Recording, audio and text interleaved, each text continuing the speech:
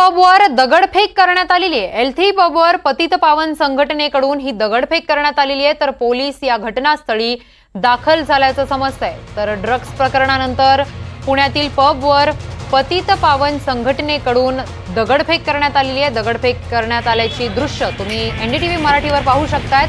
तर L3 क्लबवर आता पतित पावन संघटनेकडून दगडफेक करण्यात आलेली आहे। या ठिकाणी तोडफोड देखील करण्यात आलेली आहे। तर घटनास्थळी आता पोलीस दाखल झाल्याची माहिती मिळते आहे।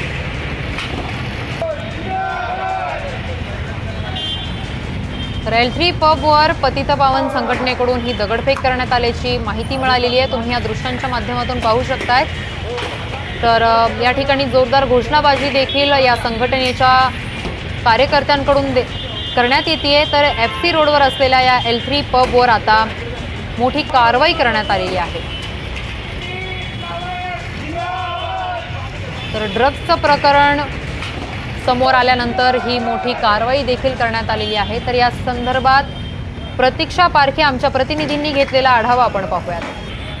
पुण्यामध्ये शनिवारी जे ड्रग्ज प्रकरण झालं आणि त्यानंतर सोशल मीडियावर ते ज्या प्रकारे व्हायरल झालं, त्याच्यानंतर पुण्यातून एक संतप्त लाट समोर येत आहे। आज पुण्यातील याच L3 या पबवर पतित पावन संघटनेच्या कार्यकर्त्यांनी लाठी हल्ला केलेला आहे। तुम्ही जर बघू शकत असाल तर L3 या पबची नुकसान केलेलं आहे। खरं तर हा पब काल पुणे पोलिसांनी सील केला होता, मात्र त्यानंतर पतित पावन संघटनेच्या संपूर्ण व्यक्तींनी आणि लोकांनी इथे येऊन हातामध्ये मोठे मोठे बांबू घेतले होते आणि हा पूर्ण पब हा डिस्ट्रॉय केलेला आहे। इथे त्यांचे जे पोस्टर्स आहेत ते फोडलेले आहेत। तुम्ही जर इथे बघू शकत असाल तर या प्रकारे त्या बोर्ड जे होते त्या पबचे ते फोडण्यात आलेले आहेत, पुन्हा अस्ताव्यस्त करण्यात आलेले आहेत। जवळजवळ अशी पब संस्कृती पुण्यामध्ये नको। पुणे हे महाराष्ट्रातलं सांस्कृतिक राजधानी आहे आणि ही राजधानी